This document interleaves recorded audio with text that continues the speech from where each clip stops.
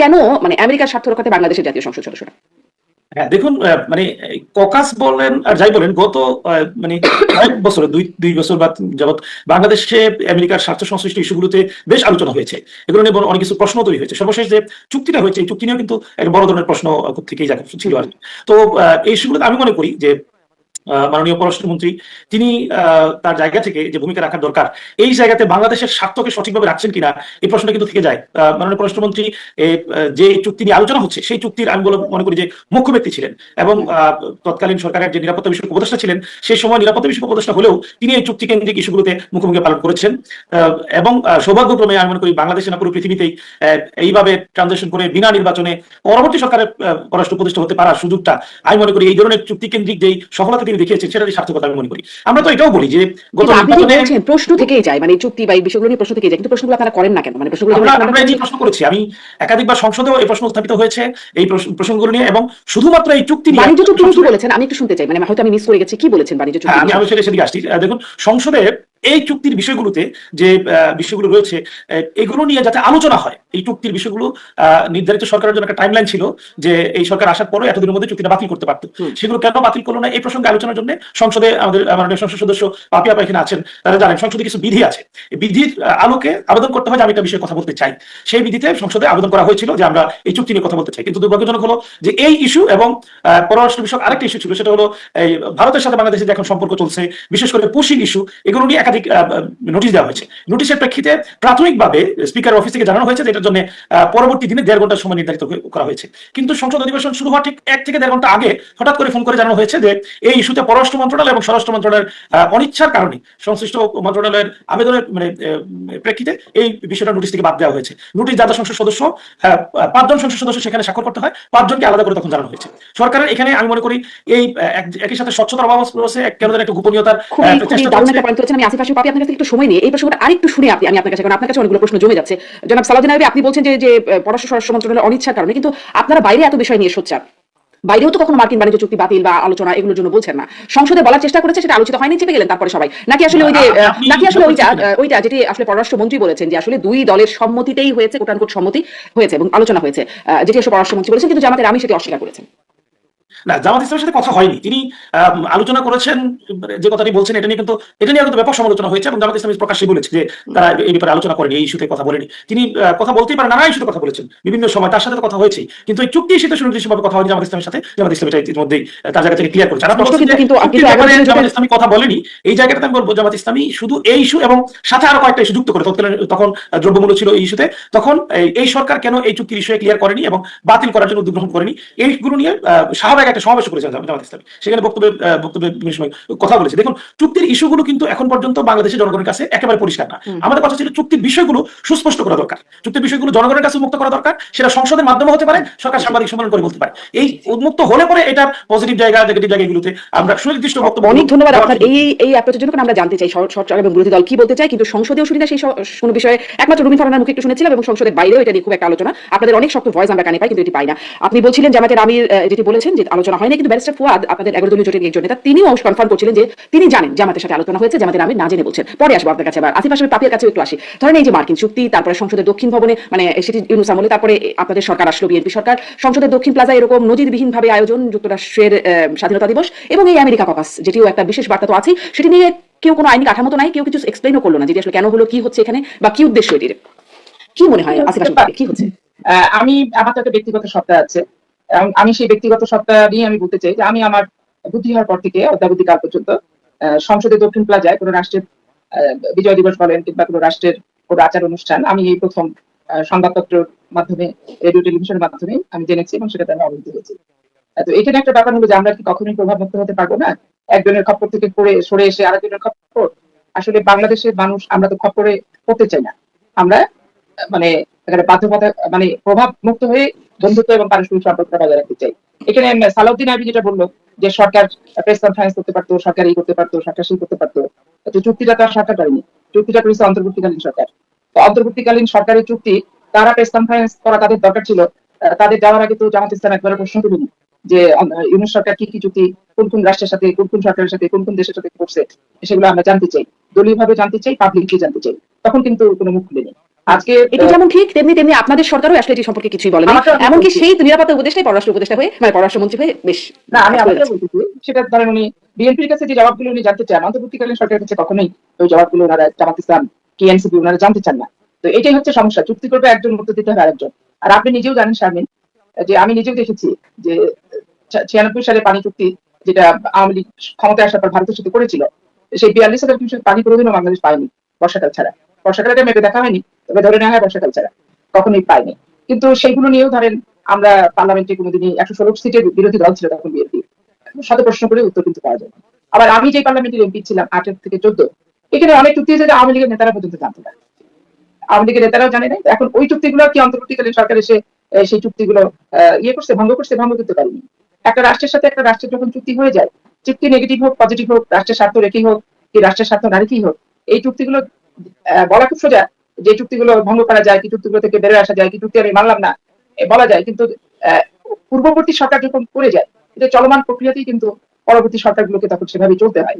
তাহলে ওই দেখা যাচ্ছে যে তারা একটা দৃষ্টিভঙ্গি নিয়ে পড়ে গেছে, আর আমি একটা দৃষ্টিভঙ্গি নিয়ে যখন বাতিল করব, বাতিল আজ পর্যন্ত আমি দেখিনি বাতিলটাও, কিন্তু আমি বাংলাদেশে আমার বুদ্ধিহারটা দেখিনি। আপনি দেখেছেন কিনা আমি জানি না, ইতিহাস কি বলে আমি বলতে পারছি না।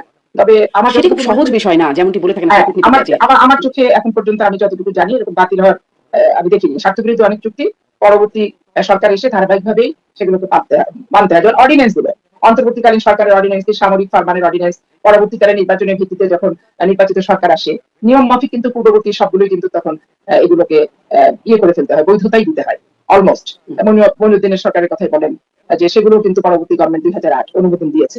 এগুলো আরো আসলে দেওয়া যায় একটা সেগুলো। ধারাবাহিক একটা ব্যাপার। এই ধারাবাহিক ব্যাপার নিয়ে আমি বিতর্কের সৃষ্টি আমি করতে চাবো না। আবার এটাও আমার কাছে ব্যাপার যে আসলে জানার অধিকার তো সবারই আছে, তাহলে রাষ্ট্রের আসলে নাগরিক পাপি হিসেবে। আপনি যে বলছিলেন যে আমরা কি খপ্পরেই মানে বের হতে পারবো না, আমরা কি এরকম যে মনি বদলারও আমাদের মানে আগে শুনতাম আমরা বা গণঅভ্যুত্থানের আগে পরে বিভিন্ন সময় আন্দোলনকারীদের মুখে সবসময় শুনেছি, এবং যেটি আসলে বিভিন্ন সময় আসলে দেখাই গেছে যে বাস্তবতা ভারতীয় গোলামি, ভারতীয় আধিপত্যবাদ, এখন কি নতুন গোলামি, নতুন আধিপত্যবাদ? দেখেন শারমিন, আপনি বাংলাদেশের মানে পূর্ব পাকিস্তান, পশ্চিম পাকিস্তান, ভারতীয় এশিয়ার আপনি যদি ইতিহাস পড়েন, দেখেন ওই নীলকরদের আধিপত্য, আপনি উপনিবেশবাদ ব্রিটিশদের আধিপত্য, ভারতীয় আধিপত্য, তারপর পাকিস্তানের আধিপত্য, বাংলাদেশ স্বাধীন হওয়ার পর ভারতীয় আধিপত্যবাদের কবলে নিপতিত হয়ে বাংলাদেশের রাজনীতির কি নিকৃষ্ট পরিস্থিতি, কি ছিন্ন ভিন্ন রক্তাক্ত পরিস্থিতি 15 বছরে করলো, এটা তো আপনারা আমরা বাংলাদেশি মানুষ যে যেখানে থাকেন সবাই কিন্তু আমরা প্রত্যক্ষদর্শী। কিন্তু আমাদেরও এমন ভাবে কিছু আসছে পৃষ্ঠে, আপনার জিও রাজনীতি বলেন, সবকিছু এমন ভাবে জড়ানো থাকে যে স্বাধীন চেতা হয়ে করতে গেলেও রাষ্ট্রপতি জিয়া রহমানকে যেভাবে শহীদ হতে হলো, প্রাণ দিতে হলো, সেরকম পরিস্থিতির পরীক্ষাও কিন্তু বাংলাদেশের মানুষ দিয়েছে এবং বিএনপি দিয়েছে।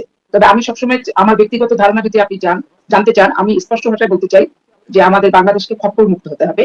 বাংলাদেশের স্বাধীনতা, সার্বভৌমত্ব, অর্থনৈতিক সুযোগ সুবিধা যেখানে আমি বাংলাদেশের উপকৃত হবে, সেখানেই বন্ধুত্বের হাত যারা সম্প্রসারিত করবে, সেই হাতকে আমার স্বাগত জানানো উচিত। খপ্পর মুক্ত হতে হবে। আপনি একটা কথা বলেন যে মানে ইতিহাসের নজির দেখালেন যে স্বাধীন চেতা হতে গিয়ে মানে শহীদ প্রেসিডেন্ট জিয়াউর রহমানের প্রাণ মানে নিহত হবার খবর আপনি বলছিলেন। সম্প্রতি কর্নেল অলি আহমেদ, যিনি একসময় বিএনপি নেতা ছিলেন, এখন জামাতের জোটভুক্ত শরিক নেতা, তিনি বলছেন বর্তমান প্রধানমন্ত্রী তারেক রহমানের নিরাপত্তা নিয়ে তিনি প্রশ্ন তুলছেন, এবং তিনি বলছেন ঢাকার বাইরে যেন তিনি রাত্রি যাপন না করেন তেমন পরামর্শ দিচ্ছেন, এবং বলছেন বিদেশি গুপ্তচররা বা বিদেশে টাকায় যারা চলছেন এরকম অনেক আছেন তার আশেপাশে, ফলে তার নিরাপত্তা সংকটের বিষয়টা তিনি উল্লেখ করছিলেন। আপনি কি মনে করেন কোনো বিদেশি অস্তিত্বের কারণে সংকটে বা নিরাপত্তা সংকটে আছে তারেক রহমান, যেটি একটু এইখানে আমি সেটা মনে করি না। আমার আমার ব্যক্তিগত ধারণা যেটা, এটা সঠিক হতে পারে, বেঠিকও হতে পারে। ধারণা তো 100% সঠিক বলা যাবে না। এখানে ধরেন সাম্প্রতিককালে মাননীয় প্রধানমন্ত্রী তারেক রহমানের এই যে বিদেশ সফর, চায়না এবং মালয়েশিয়া সফর, এটা তো কিছুটা হলেও ভারতের অন্তর্জালার বিষয়। কিন্তু এখন ভারত তো এমনই একটি রাষ্ট্র যে তারা বাংলাদেশের দুই দিকেই স্বার্থ নিতে চায়। শেখ হাসিনাকে নিয়ন্ত্রণ করে পরিচালিত করে 15 বছর ভারত অনুশাসিত শাসক থাকলো, আবার শেখ হাসিনা ওদের যখন সমস্যায় পড়লেন, ওনাকে নিরাপদ সহকারে ভারতে নিয়ে যে স্থায়ী আশ্রয় দিলেন। আবার এখন শেখ হাসিনাকে নিরাপদ আশ্রয় রেখেই আবার বাংলাদেশের সাথে উনি আগের মতো সম্পর্ক রাখতে চান। তো আগের মতো সম্পর্ক তো আসলে হবে না বাংলাদেশের মানুষের সাথে। বাংলাদেশের মানুষ যে গুম খুম অপহরণের শিকার হয়েছে, এবং বাংলাদেশের একটা মানুষকে অপহরণ করে ভারতীয় সীমান্ত থেকে তাকে পাওয়া যায়, এটা তো মর্মান্তিক। এবং রাষ্ট্রীয় গণতন্ত্র রাষ্ট্র হলে ভারতের এটা নির্লজ্জ একটা আচরণ। তো এই নির্লজ্জ আচরণ তারা তাদের স্বার্থ আবার এক ফোঁটা ছাড় দেয় না, এবং সকল রাজনৈতিক সংগঠন তাদের রাষ্ট্রীয় স্বার্থ, রাষ্ট্রীয় নিরাপত্তার ব্যাপারে খুবই কিন্তু ঐক্যমত। আপনি বিজেপি বলেন, কংগ্রেস বলেন, মমতা ব্যানার্জি বলেন, সবাই কিন্তু, সিপিএম যখন ছিল তখনও কিন্তু তাই। এখন এইখানে ভারতের যে পূর্বের ইতিহাস, রাষ্ট্রপতি জিয়াউর রহমানের জীবনকে কেন্দ্র করে এবং 30শে মেকে কেন্দ্র করে এটা আধিপত্যবাদের বিরুদ্ধে লড়াই করতে চেয়ে ওনাকে কিন্তু শহীদ হতে হয়েছে, এবং অমরপোতা দহগ্রাম এগুলো নিয়ে কথা বলতে চেয়েই কিন্তু ওনাকে শহীদ হতে হয়েছে। এটা বাংলাদেশের ইতিহাসের চরম একটা সত্য কথা। তো এই চরম সত্য কথাটাকে সামনে মানে রেখে ধরেন বঙ্গবন্ধু শেখ মুজিবুর রহমানের হত্যাকাণ্ডেও সেই দেশীয় আন্তর্জাতিক ষড়যন্ত্র তখন সেটাও কিন্তু উঠে আসে, ফলে মানে হ্যাঁ, শেখ আসলে মুজিবুর রহমান, জিয়াউর রহমান, এরপরে কি মানে একই ধারাবাহিকতায় তারেক রহমানও সেই তালিকায় পড়ে যাচ্ছেন? তালিকার ব্যাপার না, উলি আহমেদ কিষেন্সের কথা বলেছেন, এটা উনি ভালো ব্যাখ্যা দিতে পারবেন। তবে আমার মনে হয় যে রাষ্ট্রপতি জিয়াউর রহমানের জীবন দিয়ে এরকম একটা রাষ্ট্রের জন্য একটা আত্ম উৎসর্গকৃত শহীদী পরিবার, সেই পরিবারের সন্তান বর্তমান প্রধানমন্ত্রী, মাননীয় প্রধানমন্ত্রী জনাব তারেক রহমান, স্বাভাবিক কারণে সেই ব্যাপারে হয়তো উনি একটু মানে সতর্ক করার কথা হয়তো উনি বলেছেন। জি, মূল অনেক ধন্যবাদ। ভাবার্থটা উনি ভালো বলতে পারবেন। তবে ভারত তো প্রচন্ড অসন্তুষ্ট, এবং ভারত তারা সুসম্পর্ক প্রতিবেশী সুলভ সম্পর্ক রাখার কোনো মানে আগায় আসতে চায় না, আবার দাদাগিরি মনোভাবটা পরিত্যাগ করতে পারে না। সমস্যাটা হচ্ছে এখানে। মানে আর এরকম কি আপনি কি এরকম মনে করছেন যে এখন তারেক রহমানের ঝুঁকির কারণ ভারত হয়ে দাঁড়াচ্ছে? তারেক রহমান সাহেবের শুধু ঝুঁকির কারণ ভারত না, বাংলাদেশেরই তো ঝুঁকির কারণ হচ্ছে ভারত। বাংলাদেশের জিও পলিটিক্স এর জিও চতুর্দিকে যে ব্যাপারটা, এটা তো সবসময় আমরা ভারতীয় ঝুঁকিতেই তো আছি। এই যে কুরসিং নিয়ে ধরেন কেমন করছে, তাদের দেশের ইন্টারনাল ব্যাপার, মুসলিমদের অত্যাচার করা। কিন্তু বাংলাদেশের একটা হিন্দু যদি সম্প্রদায়ের মানুষ যদি সত্য কথা না বলে যে আমাকে অত্যাচারিত করা হচ্ছে, দেখবেন সাথে সাথে মোদী সাহেবের ফোন চলে আসে। কিন্তু মুসলমানদেরকে এত নির্মম নিষ্ঠুর ভাবে অত্যাচার করা হচ্ছে পশ্চিমবঙ্গে বিশেষ করে, সেটা নিয়ে কিন্তু তাপ উত্তাপ তাদের কিছু নাই। অনেক ধন্যবাদ আসিফ আশরাফ। আপনি মানে সত্য কথা না বলে যদি বলে, কিন্তু সত্য কথাও তো বলতে পারে। সত্য কথা আসলে কি অত্যাচার হয় না আমাদের সংখ্যা লোক জনগোষ্ঠীর উপরে? আরেকটা বিষয় আপনি বলছেন সেটা একটু প্রশ্ন রেখে যাই। ছাড়বেন, আমি যেহেতু আইনজীবী, আমি যেটুকু দেখেছি অত্যাচারের বিষয়গুলা, এগুলো আসলে ওদের পৈতৃক সম্পত্তি নিয়ে ম্যাক্সিমামটা একটা একটা মানে বেনিয়া চক্র, একটা দালাল চক্র। এই সম্পত্তি দখল বেদখল ওই সেই মালদা মুর্শিদাবাদের পর্যন্ত যে SARS প্রতিয়ান দলিল এগুলো তুলে নিয়ে আসে, তারা নিয়ে এসে অল ওভার বাংলাদেশেই কিন্তু তারা এগুলো নিয়ে দখল বেদখল করতে যে তখন তারা কিন্তু নির্যাতন করে। আচ্ছা, ওইদিকে আজকে না যাই কথা বলতে, আপনি একটা কথা বলছেন, আরেকটা কথা বলছেন যে তারা তাদের রাষ্ট্র মানে ভারতীয়দের কথা বলছেন, সব দল রাষ্ট্রীয় স্বার্থে ঐক্যমত আছে, তারা একমত, কিন্তু বাংলাদেশের ক্ষেত্রে দেখা যায় কেন? এই প্রশ্নটা একটা খুব বড় প্রশ্ন, পরে কথা বলবেন তিনি। কিন্তু সালাউদ্দিন আইয়ুবী যেই শঙ্কার কথা অলি আহমেদ বললেন, মানে কি বিশ্লেষণে তিনি বলেছেন, এরকম কোনো আলোচনা কি হয়েছে বা আপনাদের জানা আছে যে আসলে কি এটা কি একটা ধারণাগত কথা নাকি এটা একটা সত্যি ফ্যাক্ট যে তারেক রহমান জীবন ঝুঁকিতে আছে বিদেশি গুপ্তচর বা বিদেশি শক্তির কারণে?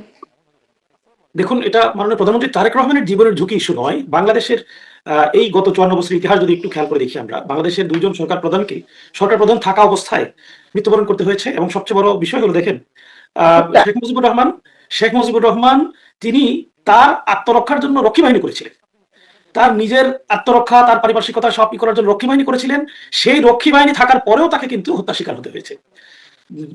মাননীয় সাবেক রাষ্ট্রপতি জিয়াউর রহমান, তিনি তো আমি বলবো সেনা প্রধান ছিলেন, রাষ্ট্রপতি ছিলেন। রাষ্ট্রপতি এবং সেনা প্রধান এই দুইটার যোগ্যতা, দুই পরিচয় এরশাদ হোসেনের মধ্যে এরশাদের ছিল। এই পরিচয়টা তার নিরাপত্তার দিক থেকে অনেক বেশি শক্ত মজবুত হওয়ার কথা। এরকম শক্ত বলয়ের মধ্যে থাকার পরেও তিনি কিন্তু হত্যার শিকার হয়েছেন।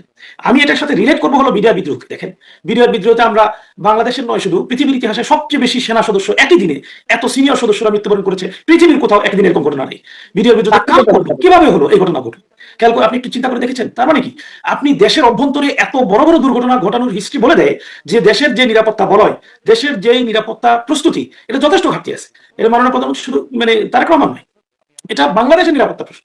সেই নিরাপত্তার প্রশ্নে তিনি একজন সাবেক সেনা কর্মকর্তা হিসেবে, সাবেক মন্ত্রী হিসেবে, সাবেক সংসদ সদস্য হিসেবে, একজন সচেতন রাজনীতিবিদ হিসেবে, এই মুহূর্তে একজন সচেতন চিন্তাশীল মানুষ হিসেবে তিনি তার জায়গা থেকে কথাগুলো বলেছেন।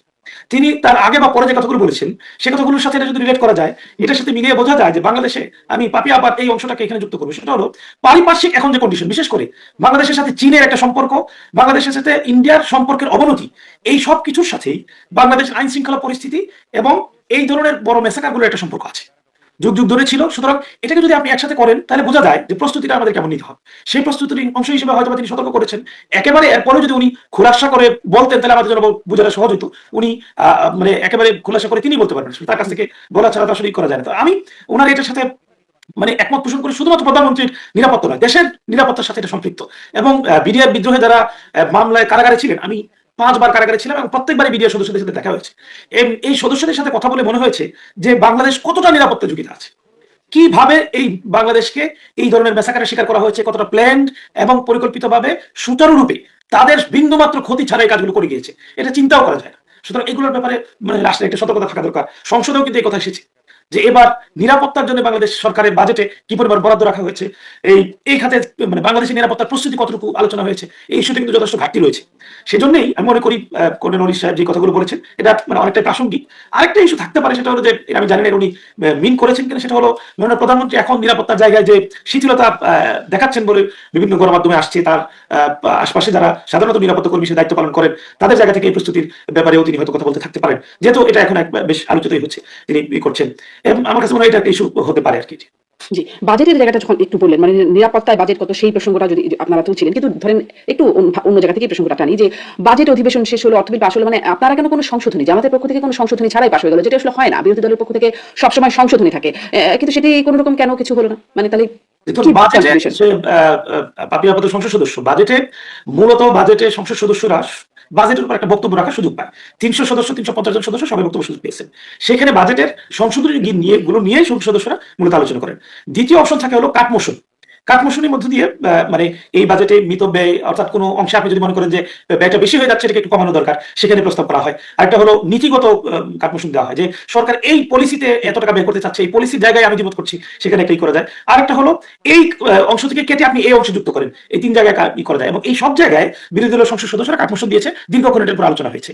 কাট মোশন গুলো এত লম্বা, এত বেশি পরিমাণ জমা পড়েছে যে সরকার দলের পক্ষ থেকে বিশেষভাবে অনুরোধ করে এগুলোতে একটা নির্দিষ্ট পরিমাণ নিয়ে আসা হয়েছে, অর্থাৎ একটা ইস্যুতে কাটমোশনে ধরেন 30 জন বা 50 জন বা 80 জন অনুরোধ জানিয়েছে আমাকে সুযোগ দেওয়া কথা বলার জন্য। সেখান থেকে সরকার পক্ষ বলছে এখানে 3 জন বা 5 জন সর্বোচ্চ সুযোগ দেওয়া হবে, আপনারা কাকে কাকে দিবেন এটা করে দেন। সেভাবে করা হয়েছে, কাটমোশন গুলো আলোচনা হয়েছে।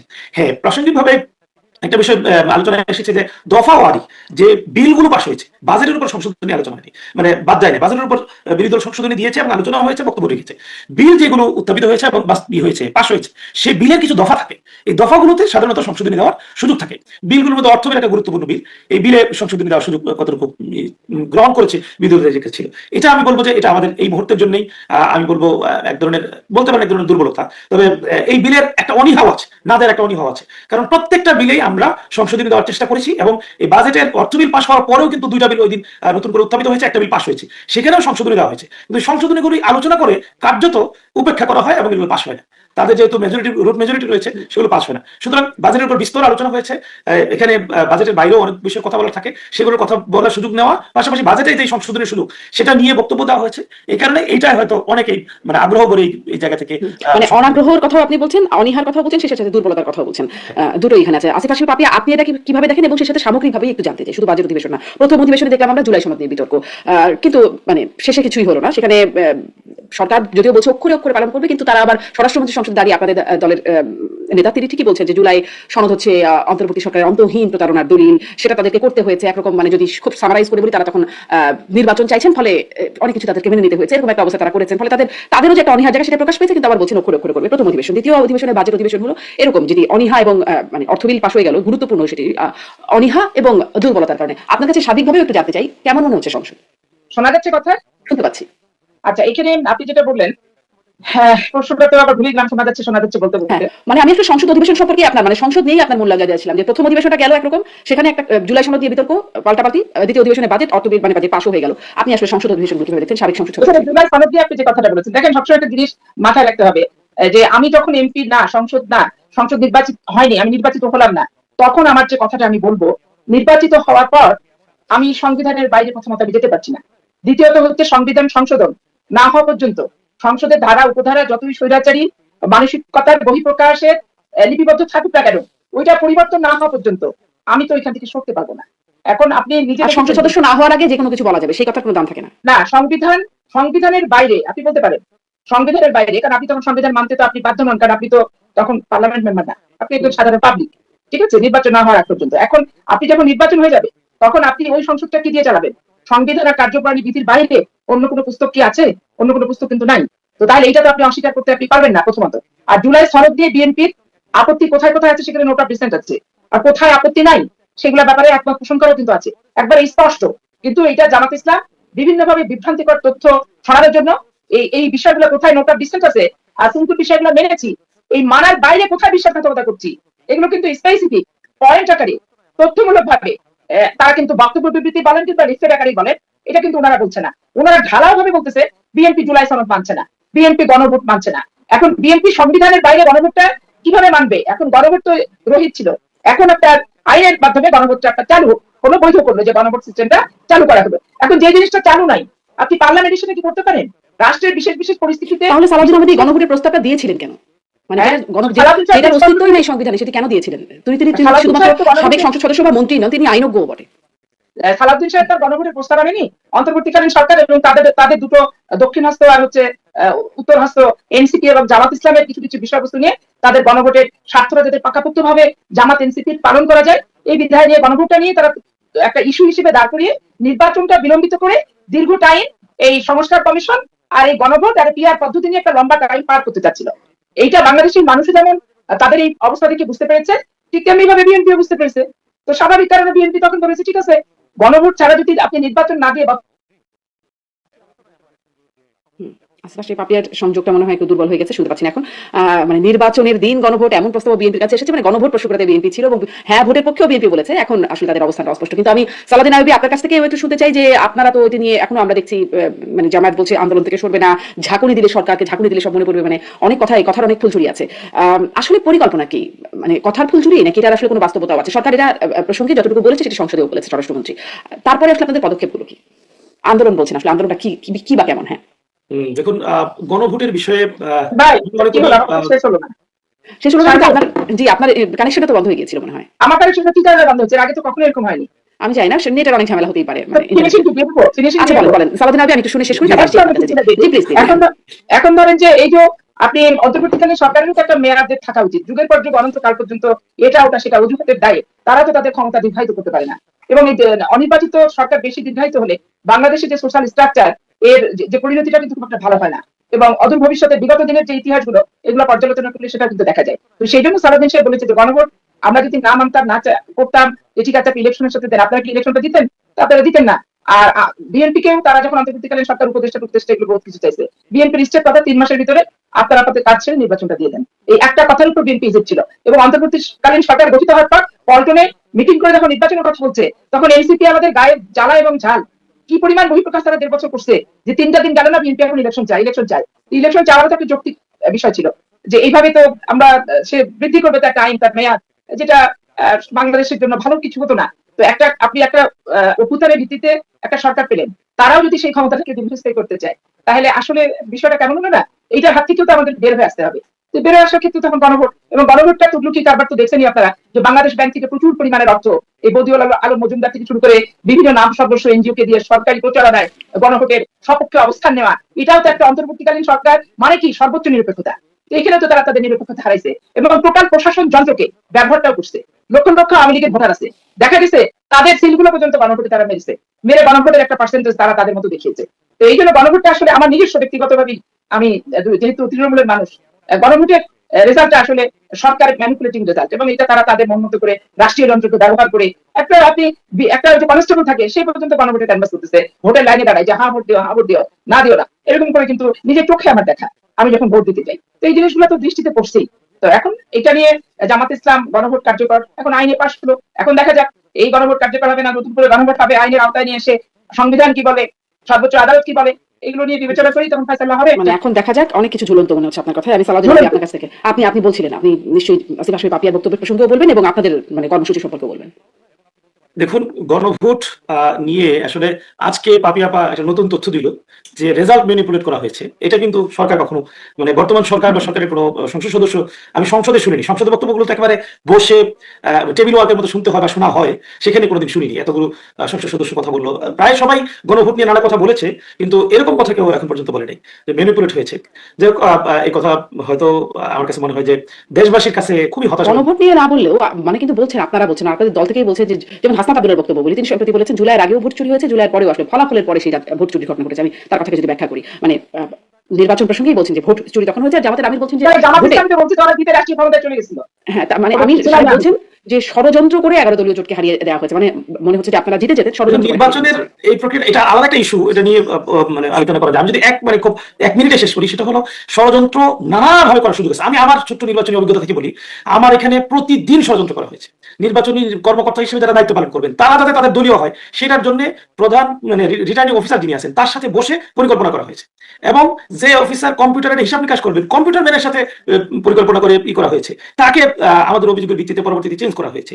এরপরে অফিসার যারা আছে, আমার এখানে 122টা কেন্দ্র আসে, 122টা কেন্দ্রের মধ্যে নির্বাচনের আগের দিন 88 জন অফিসারকে পরিবর্তন করা হয়েছে। এটা আমরা আগে থেকে তালিকাটা পেয়েছি, পেয়ে দেখলাম সব পদধারী নেতা, বিভিন্ন স্কুলের টিচার, বিভিন্ন ব্যাংক প্রতিষ্ঠান কর্মকর্তা, ঠিক আছে, কিন্তু পদধারী নেতা। আমি অভিযোগ করলাম, পদ সহ তালিকা সহ তাদেরকে দিলাম, বাধ্য হয়ে তখন আমি বলছি এটা যদি না দেন আমি গণমাধ্যমে এখন প্রকাশ করবো এবং আপনাদের ব্যাপারে আমরা মিছিল মিটিং করবো, প্রয়োজনে হরতাল ডাকবো। আমি এই কথা বলেছি, প্রয়োজনে হরতাল ডাকবো, এখানে আমি নির্বাচন করবো, নির্বাচন বয়কট করবো। তারপরে পরিবর্তন করতে বাধ্য হয়েছে। এই জন্য ম্যানিপুলেশনের যে ইস্যু আছে বা রেজাল্ট পরিবর্তনের যে ইস্যু আছে, এগুলো নানাভাবে নানা দিক থেকে হয়েছে। কিন্তু তিনি যেখানে এক বাক্যে বলছেন যে পুরো গণভোটের রায়টাকে একসাথে পরিবর্তন করে দেওয়া হয়েছে, এটা শুধু কিন্তু এখন আছে। এটা কতটুকু পরিবর্তন করা হয়েছে, কি রেজাল্ট হয়েছে, এটা চাইলে পাপিয়া আপা একজন সুপ্রিম কোর্টের আইনজীবী রিড করতে পারে এই রেজাল্ট নিয়ে, এবং সরকার তার নিজেদের সরকার। সুতরাং নির্বাচন কমিশনকে বললে এখন আবার ভোটগুলো গণনা করে সেগুলো নিয়ে একটা সুষ্ঠু রেজাল্ট প্রকাশ করতে পারে। এটা নিয়ে আশঙ্কা প্রকাশ করা বক্তব্য দেওয়ার আসলে আমি মনে করি ওনাদের সরকার দলের পক্ষ থেকে সুযোগ নেই। বিরোধী দল আপনাদের আছে, মানে আপনারাও তো করতে পারেন না, সেটি আপনাদেরও অনেক ঝানু আইনজীবী আছেন, তারাও করতে পারেন। আপনারা তো ষড়যন্ত্রের কথা বলে যাচ্ছেন। আমরা তো অভিযোগ করি না যে এই রেজাল্ট, কিন্তু নির্বাচন নিয়ে তো অভিযোগ করছেন। আমরা তো বলি যে গণভোটের রায় যে আছে, এই রায়টা জনগণের রায়, সুতরাং এটা নিয়ে তো আমরা কথা বলতে চাই না। এটা নিয়ে এই রায় বাস্তবায়ন করবেন, সেটাই আমরা চাই। সেই রায় নির্বাচনের রায়, জাতীয় নির্বাচনের রায়, সেটি জনগণের রায় না। আমি তো বলছি নির্বাচনের রায় জনগণের রায়, জনগণের রায়কে ম্যানিপুলেট করা হয়েছে কোথাও কোথাও, যেখানে যেখানে ম্যানিপুলেট করা হয়েছে সেই জায়গা থেকে আমাদের লোকজন করেছে, আবেদন করেছে, কথাও হচ্ছে সেগুলো নিয়ে। সেই বিষয়গুলো নিয়ে একটা একটা করে আলোচনা করা যায়। রেজাল্ট হয়ে যাওয়ার পরে, সব রাত 8:30টার সময় রেজাল্ট হয়ে যাওয়ার পরে কয়েকটা টেলিভিশনের সংবাদ চলে আসছে আমার প্রতিদ্বন্দ্বী প্রার্থী বিজয়ী, আমি পরাজিত। কয়েকটা টেলিভিশন নিউজ আছে আমার কাছে, এখন পর্যন্ত ওই টেলিভিশনগুলোর স্ক্রিনশট আছে, ভিডিওগুলো আছে। আমি আশ্চর্য হয়েছি। আমি সহকারী রিটার্নিং অফিসার যিনি আছে ওনাকে ভিডিও পাঠাই বললাম যে উনি একজন ম্যাডাম ছিলেন, আমি বললাম যে এটা কিভাবে হলো যে রেজাল্ট এরকম চলে আসে, অথচ আমরা সামনে বসে আছি, আপনার সামনে রেজাল্ট যাচ্ছে, রেজাল্ট আমরা দেখতেছি একটা, এখনো 33টা কেন্দ্রের ফলাফল বাকি, অথচ টেলিভিশনগুলোতে আমি পরাজিত হয়ে গেছি। এভাবে নানাভাবে নানা দিক থেকে নানা ধরনের প্রপাগান্ডা চালানো হয়েছে, ম্যানিপুলেট করা হয়েছে। এবার আসে গণভোটের জায়গায়। দেখুন, গণভোটকে এখন অবৈধ বলা হচ্ছে, গণভোটের প্রক্রিয়াকে যথাযথ হয়নি এরকম বলা হয়েছে, গণভোট ইভেন ছিল না এটা কথা বলা হচ্ছে, অথচ গণভোটের পক্ষে কিন্তু মাননীয় প্রধানমন্ত্রী স্বয়ং ভোট চেয়েছেন, নিজে হ্যাঁ ভোটের পক্ষে ভোট চেয়েছেন। তাহলে তখন কেন এই অবৈধ একটা কাজের পক্ষে স্বয়ং প্রধানমন্ত্রী সহ সকল মন্ত্রী পরিষদ, সকল সংসদ সদস্যরা একবার ডাক ডুল পিটিয়ে ভোট চাইলো? কেন এটা বললো যে গণভোটটা আপনারা দেন, গণভোট হলে দেশের জন্য সার্থক হবে, কার্যকর হবে, ভালো হবে? এই কথাগুলো তখন কেন বললো? এটা কারণেই এই যে হাসনাত আব্দুল্লাহর কথা আপনি বলেছেন, হাসনাত আব্দুল্লাহ বলেছেন যে মাননীয় স্বরাষ্ট্রমন্ত্রী বলছেন যে জুলাই সনের একটা অন্তহীন প্রতারণা, এখন সরকারের যে আচরণ এটা জনগণের সাথে একটা অন্তহীন প্রতারণা।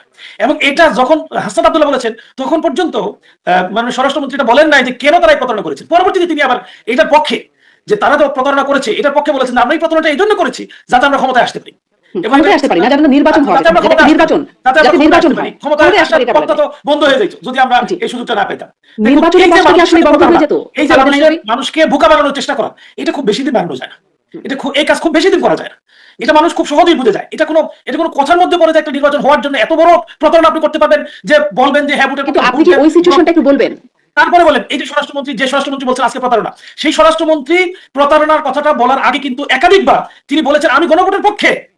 আপনার মনে থাকার কথা, সাংবাদিক সম্মেলন করে তিনি বলেছেন আমরা তো গণভোটের পক্ষে, কিন্তু গণভোট নির্বাচনের বাংলাদেশে হতো না। গণভোট নির্বাচনের দিন ছাড়া যাতে না হয়। গণভোট বিরোধী দল অন্যান্য সদস্যরা এখন যারা আছে 11 দলীয় জোটের, তারা সবাই আগে চেয়েছিল এবং এটা আগে তখন স্বরাষ্ট্রমন্ত্রী বলেছে আমি গণভোটের পক্ষে, গণভোট একসাথে হবে। একটু আপনার কাছে প্রশ্নটা করতে চাই। প্রশ্নটা হচ্ছে এটা যে তার মানে কি আসলে ফ্যাক্টটা কি ছিল? স্বরাষ্ট্রমন্ত্রী যদি বলছেন এবং যদি এখন আশেপাশে পাপিও সেই পক্ষে বলছেন যে আসলে কি ব্ল্যাকমেইল ছিল সরকার, যে তারা যদি এটা মেনে না নিত তাহলে আসলে নির্বাচন হতো না, কারণ তখন তো আসলে শোনা যাচ্ছিল আরো 5 বছর থাকুক, সংস্কার বিচার এগুলো আগে হতে হবে, পরে নির্বাচন, এরকম একটা আলোচনা তো আসলেই ছিল। এবং যারা বেঈমান তারা, এই কাজগুলো কাদের দ্বারা হয় জানেন? যাদের জনগণের প্রতি আস্থা নাই। জনগণের প্রতি যদি আস্থা থাকে, যদি একটা বিশ্বাস থাকে যে জনগণ আমাদেরকে নির্বাচিত করবেই, জনগণ আমাদের পক্ষে আছে, তখন আবার যখন নির্বাচন হবে এটা নিয়ে কোনো প্রশ্ন তৈরি হয়। কিন্তু যখনই মনে হয় যে আমি একটা সেটআপ রেডি করেছি, আমি একটা প্রক্রিয়ার মধ্য দিয়ে আমি ক্ষমতা আসতে চাই, তখন ভয় থাকে যে এই সেটআপ যদি ভেঙে যায়, এই সেটআপ যদি পরিবর্তন হয়ে যায়, তাহলে আমরা ক্ষমতা আসতে পারতেছি না। সুতরাং এই সেটআপ থাকতে থাকতে আমাকে নির্বাচনটা করে দিতে হবে এবং ক্ষমতা আসতে হবে, এবং সেটাই হয়েছে। তখন সরকারের সাথে প্যারালাল সরকার চলেছে, সকল জায়গায় নিয়ন্ত্রণটা ছিল এক ধরনের, এবং একজন উপদেষ্টা তো বলেছে যে কমপক্ষে 4 থেকে 5 মাস আগে সকল নিয়ন্ত্রণ আমাদের সবকিছু আমাদের নিয়ন্ত্রণের বাইরে চলে গেছে, আমরা রুটিন ওয়ার্কটাও ঠিকমতো করতে পারিনি। এই যে আমি বলবো প্যারালাল সরকার বলতে আপনি কি বুঝাচ্ছেন? প্যারালাল সরকার বলতে আপনি কি বুঝাচ্ছেন? কাদের বুঝাচ্ছেন? প্যারালাল সরকার যখন এমন একটা পরিবেশ তৈরি ছিল, যখন যে যেদিক দিয়ে সুযোগ পায় তার নিয়ন্ত্রণটা শেষ হয়ে নেওয়ার চেষ্টা করছে। ইভেন উপদেষ্টাদেরকে, এই যে ডক্টর খলিলুর রহমান যে বিএনপির হয়ে কাজ করেছে, এটা নিয়ে তার এখন কোনো বলার অপেক্ষা রাখে না। তিনি কাজ করেছেন বলে তাকে এখন পুরস্কৃত করা হয়েছে। তিনি নিজেই সরাসরি মীর শাহ আলম সাহেব সংসদের কথা বলেছেন যে সরাসরি এই নির্বাচনে বিএনপি বিজয়ী হচ্ছে, এই নির্বাচনের যে খেলা, এই খেলার যে ট্রফি এই নির্বাচনী খেলার যে ট্রফি, এই ট্রফি সরকারের ঘরে যাচ্ছে। এটা এই যে বর্তমান পররাষ্ট্রমন্ত্রী তিনি একেবারে মানে লন্ডনে গিয়ে মাননীয় বর্তমান প্রধানমন্ত্রীর হাতে গিয়ে দিয়ে এসেছে, বলছেন যে ট্রফি এই সেখানে দিয়ে আসা হয়েছে। তার মানে স্পষ্ট বোঝা আছে তখন এই ডক্টর খলিলুর রহমান সহ বেশ কয়েকজন উপদেষ্টা, একজন মানে নারী উপদেষ্টা তো বলেছেন যে আমরা একটা দলকে মেইনস্ট্রিম হতে দেইনি। একটা দলকে মেইনস্ট্রিম হতে দেয়নি এটা বলেন নাই উনি, গোষ্ঠীকে বলেছেন। আপনারা তারা বলছে একটা দলকে, আপনি আমরা একটা দলকে মেইনস্ট্রিম হতে দেইনি। এই যে তাদের পরিকল্পনা, এই যে তাদের প্ল্যান, কিছু উপদেষ্টা চেষ্টা করেই পরিকল্পনা করেই পুরো তৎকালীন মানে আচ্ছা, যদি আপনাদের এই ধারণা আরেকটা সরকার গড়ে তুলেছিল, আপনারা যদি এই ধারণা পোষণ করেই থাকেন, এই ধারণা যদি পোষণ করেই থাকে, তো তাদেরকে কেন জবাবদিহিতার আওতায় আনেন না? কেন মানে আপনাদের সাথে তো তাদের ভালো সম্পর্ক ছিল, মানে আপনাদের জোটের নেতারা সেই পরিষদে উপদেষ্টাও ছিলেন আর কি, উপদেষ্টা পরিষদ, তো তাদেরকে সরাসরি কেন এখন, এবং আপনাদের সাথে সেই ওয়ার্কিং রিলেশনশিপটাও আছে বা কথা বলার জায়গাটাও আছে, কেন সরাসরি তাদেরকে মানে জবাবদিহিতার আওতায় আনেন না? যে এখন সব বিষয় সবার নজরে থাকে না এবং থাকার মতো করে কেউ কাজ করে না খুব স্বাভাবিকভাবেই। এখন আপনি নাহিদ সাহেবের কথা বলছেন, তিনি তখন তো এই জায়গাটাতে হয়তো ছিলেন না, এই যে প্ল্যানটা হচ্ছে সেই প্ল্যানে তিনি ছিলেন না। থাকলে তিনি তো সেই ভূমিকাটা রাখতেন। তিনি যদি এই প্ল্যানের অংশই হতেন তাহলে তো মানে জামাতের সাথে জোট করতো না, তাহলে বিএনপির সাথে জোট করতো খুব স্বাভাবিকভাবে। এই যে এগুলো যে প্ল্যান, সেই আলোচনাটা হচ্ছিল, তো সেই আলোচনাটা হচ্ছিল না তা তো না, হচ্ছিল তো। হ্যাঁ, আলোচনা তো হতেই পারে, সব অনেক বিষয়ে আলোচনা হয়েছে, অনেক বিষয়ে কথা হয়েছে। তখন তো মানে বলছে যে 5 বছর আগে সরকার কোনোভাবেই যাবেই না, ই করা হবে না, কিন্তু পরবর্তীতে নির্বাচন হয়েছে, নির্বাচনের জায়গাটা হয়েছে এবং সবকিছুর সেটআপ ফাইনাল বক্তব্যটা ওই যে ফেব্রুয়ারিতে নির্বাচন হবে সেটা লন্ডনে গিয়ে যখন সিদ্ধান্ত হলো, পুরো দৃশ্যপট পরিবর্তন হয়নি। সরকার ক্ষমতায় কে আসছে, কিভাবে আসছে, আপনি চিন্তা করতে পারেন যে একজন মানে যিনি প্রার্থী, এমপি প্রার্থী, তাকে সরকারের সর্বোচ্চ নিরাপত্তা দিয়ে আমি বলবো একদিনে কোটি কোটি টাকা খরচ করে গ্রহণ করা হলো, আর আরেকজন পিছনে 2 জন পুলিশও নাই। এটা কি লেভেল মানে প্লেইং ফিল্ড ছিল? কোনোভাবেই না। কিন্তু বাংলাদেশে বলছেন তার নিরাপত্তা সংকটের কথা, আপনারাও বলছেন তার নিরাপত্তা সংকটের কথা, জামাতের আমিরের নিরাপত্তা সংকটের কথা বা জামাতের নিরাপত্তা সংকটের কথা আপনারাও বলছেন। আমি ওনার নিরাপত্তা সংকটের কথা বলি, আমি দেশের নিরাপত্তা পরিস্থিতির কথা বলেছি, যেখানে পিলখানার মতো এত বড় ঘটনা ঘটে যেতে পারে। সুতরাং এই দেশের নিরাপত্তা নিয়ে বিশেষভাবে চিন্তা করা দরকার। বাংলাদেশের সর্বোচ্চ নিরাপত্তা বাহিনী হলো মানে সেনাবাহিনী। সুতরাং সেনাবাহিনীর অফিসাররা দেখে হত্যা শিকার হচ্ছে, সুতরাং আমাদেরকে তো ভাবতেই হবে যে আমাদের নিরাপত্তা। আমি একদম শেষ বক্তব্যটা আসিফ আসিফ পাপির কাছ থেকে শুনি, অনেকগুলো প্রসঙ্গই আসলো, আপনি যদি একটা মানে সবকিছু একটা সামারি করেন। আমি একজন ভাগ্যবতী ব্যক্তি যে তার প্রিজাইডিং রুলিং এগুলা নিয়ে নালিশ দেওয়ার সাথে সাথে উনি ফলাফল রেজাল্ট পেয়ে গেছে। কিন্তু আমরা হচ্ছে সেই হতভাগ্য দুর্ভাগ্যবান যে একটা আমার চাঁপাইনবাবগঞ্জ জেলাতে একটা সেটআপ নির্বাচন, ডিআইজি থেকে শুরু করে আপনার হচ্ছে 2টো ডিসি থেকে শুরু করে প্রিজাইডিং পুলিং সমস্ত এবং আপনিও বলছেন সেটআপ নির্বাচন, আপনিও বলছেন সেটআপ নির্বাচন হয়েছে। আপনি ভাই আপনার সময় কিন্তু আমি কথা বলিনি, আমার কথা বলেন, শোনার যেতে থাকতে হবে। তারপরে ধরেন যে সেখানকার ডিসি, 2টো ডিসি একবারে তারা নিয়ে চেষ্টা করছে, জেলা পরিষদের কোটি কোটি টাকা জামাত ইসলামের বিভিন্ন প্রতিষ্ঠান নামমাত্র সেখানে তারা ব্যয় করছে, অনুদান দিচ্ছে ওই 2টো ডিসি, এবং যেগুলা তাদের নির্বাচনে তারা ব্যবহার করেছে। এবং সবচেয়ে দুঃখজনক ব্যাপার হলো যে একটা হাসপাতালের 10টা ডাক্তার, 10টা ইসলামী ছাত্র শিবির, তারা আবার প্রিজাইডিং পুলিং। আপনি ইসলামিক ফাউন্ডেশন, সেও মসজিদে খুতবা দিয়ে আসছে রানীপাল্লাকে পাশের জন্য, এগ্রিকালচারের ডিডি সেটাও, বিভাগীয় অফিসার সেটাও, একবার পজিশন ধরে ধরে আমি বললাম। তো সেখানে তো আমরা ডিসির কাছে যে কোনো ছাড়াবাড়াই করতে পারিনি, এবং নির্বাচনের আগেই আমরা দেখছি যে জামাত জিতা আমরা হারা, এরকম একটা পরিস্থিতিতে আমাদেরকে তারপরেও ভোটে অংশগ্রহণ করতে হয়েছে। এখন এখানে উনি যে কথাগুলো কিছু মন গড়া কথা উনি বলে ফেললেন, যে একমাত্র রংপুরের একটা মিটিং এ তার পূর্বে জামাত ইসলাম প্রচুর সমালোচনা করছে যে গণভোট সম্পর্কে বিএনপি কোনো কথা বলে না, কোনো মিটিং এ ভোট চায় না, এটা ওটা সেটা 7 সূত্র, সেটা নিয়েও তারা কিন্তু প্রোপাগান্ডা চালাইছে ইলেকশনের সময়। তখন আজকের প্রধানমন্ত্রী যারা তারেক রহমান, তখন ওই রংপুরের একটা মিটিং এ সম্ভবত গণভোট নিয়ে উনি একটা কথা বলেছেন যে গণভোটে আপনারা হ্যাঁ বলতে, এর বাইরে অনভার বাংলাদেশে আমি কোথাও কিন্তু শুনিনি, প্রথমত। আর দ্বিতীয় বিষয় হচ্ছে যে উনি যেটা বললেন যে সেটআপ ইলেকশন এবং সচিবালয়ের বারান্দা থেকে কোর্টের বারান্দা পর্যন্ত জামাত এবং এনসিপির অত্যাচারী। আমি ঢাকা শহরে থাকি, আমি সুপ্রিম কোর্টের আইনজীবী, আমি নিজের চোখে দেখছি তাদের দৌরাত্ম, তাদের দালালি, তাদের চিৎকার চেঁচামেচি, প্রভাব বিস্তার। শিশির মনির কোর্ট থেকে ফোন দেয়, অমক রিট করে এটা পাঠালাম, এটা 24 ঘন্টার ভিতরে ফয়সালা করে দিবেন, এইরকম উদ্ধত আচরণ আমাকে দেখতে হয়েছে। কিন্তু আমি আমার দল, আমি একজন ব্যক্তি নেতৃত্বস্থানীয়, সচিবালয়ের বারান্দায় আমি তখনও পা দিইনি, এখনো কিন্তু পা দিইনি, অদূর ভবিষ্যতে আমি দেবো না, কারণ আমার এখানে কোনো কাজ নাই, আমি এমপিও না, আমি জনপ্রতিনিধিও না। আর ওই নেত্রী হিসেবে সচিবালয়ের বারান্দায় যাওয়ার রুচিবোধটাও কিন্তু আমার নাই। এবং আপনি সার্জিসের একটা বক্তৃতা তো দেখছেন যে কি ভালো ছিলাম আগে, যখন যেটা বলছি সেটা হয়েছে, যা করছি তাই হয়েছে, কিরকম করে সুন্দর করে অকপটে স্বীকারোক্তিমূলক জবানবন্দি কিন্তু দিয়ে দিছে। সেই ঘটনার সাথে আইবির আজকের টকশোয়ে এই বক্তৃতাটি মেলে, বাস্তবতার সাথে কিন্তু এই বক্তব্য মোটেও মেলে না। বাংলাদেশের প্রভাব বিস্তার করলে জামাত আর এনসিপি করছে, যমুনা ঘেরা করছে, ভিতরে চাপ প্রয়োগ করে আরেক রকম তাদের মতামতটা প্রতিফলিত করছে। এখন এই সরকার স্থায়ী সরকার হোক, এইটা জামাত ইসলামের সবাই চাইছে, যারা যারা চাইছে তারা প্রত্যেক এমপি হয়েছে। আমি হামজা পর্যন্ত এমপি হয়েছে, যে বলছে যে আল্লাহর ওহী নাইবা এসেছে এবং এটা এক যুগ যদি থাকে তো কোনো সমস্যা নাই, এই আল্লাহর ওহী নিয়ে আর অলিকে অলির সাথে তুলনা করেছে। তো এগুলো তো বাংলাদেশের মানুষ অস্বীকার করতে পারবে না। আর ইউটিউবের এটা একটা ভাইরাল বক্তব্য বিবৃতি। এবং আমার চাঁপাইনবাবগঞ্জে জেলা আমির নায়েবে আমির লতিফুর রহমান স্টেট বলছে এই জামাতের সেই জামাত না। আমি ডিসি সাহেবকে ফোন করে বলি ডিসি সাহেব এটা করেন, আমি ডিআইজি কে বলি ডিআইজি সাহেব এটা করেন, এটা কিন্তু ভাইরাল বক্তব্য। এবং শাহজাহান খানের বক্তব্য সেটাও কিন্তু ভাইরাল। এবং আরেকজন চট্টগ্রামের অ্যাডভোকেট সেই ভদ্রলোক থানায় যে যেভাবে তার ভাইরাল কথাগুলো বেরোলো, এগুলো আইবি সাহেব কি চোখে থাকে না, শুধু বিএনপি ঘাড়ি চাপায় দেয়? লন্ডনে যে কি কথা হয়েছে, বিএনপি ডিসেম্বরে ভোট চাইছে, জামাত ইসলাম ডিসেম্বরে ভোট করবে না, যেহেতু তারা পরাজিত শক্তি ৭১ এবং মুক্তিযুদ্ধের বিপক্ষে তাদের অবস্থান ছিল। ডিসেম্বরে তারা এমনি মুখটা ছোট করে থাকে, ডিসেম্বরে তারা কোনোদিনও ভোট চায় না। স্বাভাবিকভাবে তারা চাইছে ফেব্রুয়ারিতে। তো এইটাতে একটা মিনিমাইজ তো করতে হবে। তো মিনিমাইজ করতে লন্ডনে সেটা নিয়ে কথা হচ্ছে যে ঠিক আছে ডিসেম্বরে ওনারা করবে না, তাহলে জানুয়ারিতে আমরা ফেব্রুয়ারি মাসে। সেখানেও আসলে একটা গোপনীয়তা ছিল, কি কথা যে হয়েছে এটাকে মানে কেউ সেভাবে এক্সপোজ করে নাই। কিছু অল্প কিছু বিষয়ে এই বিষয়ে আলোচনার সিদ্ধান্ত হয়েছে, তারা যা বলেছেন ততটুকু। কিন্তু এত বড় একটা সময় হয় নাই, যে প্রেস কনফারেন্স তো হয় নাই যে মূল বক্তব্য একবার প্রচার মাধ্যমে চলে আসবে। তবে আনঅফিশিয়ালি কথা যেটা আমরা যেটা শুনছি যে বিষয়টা আসলে নির্বাচনের দিন তারিখ নিয়ে, তো সেটাই হচ্ছে শাহ আলম সাহেব বলেছে, সেটা নিয়েই শাহ আলম সাহেব বলেছে যে নির্বাচনের দিন তারিখে বিজয়। আর এখানে যেটা ওনার মেইন স্ট্রিম, এই মেইন স্ট্রিমের গোটা বক্তব্য আমি শুনছি, এখানে রেপ, ধর্ষণ, নারী নির্যাতন এগুলো নিয়ে কথা হচ্ছে। যারা রেপ, যারা ধর্ষণ, এখনো বলৎকার হচ্ছে, ৪৫টা বাচ্চা থেকে ৪৫টা মাদ্রাসায় বলৎকার, ৪১টা যদি মাদ্রাসার শিশু মেয়ে থাকে তারা প্রত্যেকেই ধর্ষিতা, এগুলো বিভিন্ন পরিসংখ্যানতে বেরিয়ে আসছে। এরকম একটা আলোচনা নিয়ে কিন্তু তত্ত্বাবধায়ক সরকারের উপদেষ্টা পরিসংখ্যান অবশ্যই এখন আসে নাই, বলাৎকার ধর্ষণের ঘটনা আসছে কিন্তু পরিসংখ্যান এরকম আসে নাই। আমরা শেষ করবো মানে আলোচনাগুলো। ৪১টা বাচ্চা মেয়ে। রাজনীতির পরিস্থিতি কোন দিকে যাচ্ছে জাস্ট ইমাজিন করুন। এবং এই যে প্রত্যেকটা ভিডিওতে যে কথাগুলো বলছে এনারা, এবং এইটার উপর বেস করে যদি আপনি দেখেন যে দেশের পরিস্থিতি কিন্তু একদমই স্বাভাবিক নয়। এবং এই যে সরকার পরিবর্তনের পরপরই যে আমরা নতুন সরকার গঠন করলাম, এবং এই সরকার মানে আমাদের কতটা ফুলফিল করতে পেরেছে এটা নিয়েও কিন্তু দেখেন আপনি জামায়াত থেকে শুরু করে অন্যান্য দল তারাও বিভিন্ন সময় বিভিন্ন রকম বক্তব্য রাখছে। মানে কোনো কিছু দেশের স্বাভাবিকভাবে হচ্ছে না। তো আসলে কি ইন ফিউচার কী হতে যাচ্ছে এটা কিন্তু আমরা কেউ জানি না। এবং ফিউচার আসলে আমরা চাই যে আসলে ভালো কিছু হোক আমাদের দেশের এবং উন্নয়ন হোক। তো যাই হোক, এটা তো মানে মুখের কথাই তো হবে না। তো যাই হোক, এই পুরো ভিডিওটি আপনাদের কীরকম লাগলো, এই পলিটিক্যাল ব্যাপারটা, এবং এটা নিয়ে আপনাদের মূল্যবান মতামত কি, এবং ইন ফিউচার দেশে কী হতে যাচ্ছে এটা নিয়ে আপনাদের মূল্যবান একটা মতামত কিন্তু আমরা জানতে চাচ্ছি, এবং জানিয়ে দেবেন আপনাদের মূল্যবান মতামতটি। দেখা হচ্ছে নেক্সট কোনো ভিডিওতে। সেহেতু সবাই আমাদের চ্যানেলের সঙ্গেই কিন্তু থাকবেন, এবং পলিটিক্যাল নিউজ আপডেট কিন্তু সবসময় হাজির হবো আমরা নিয়ে।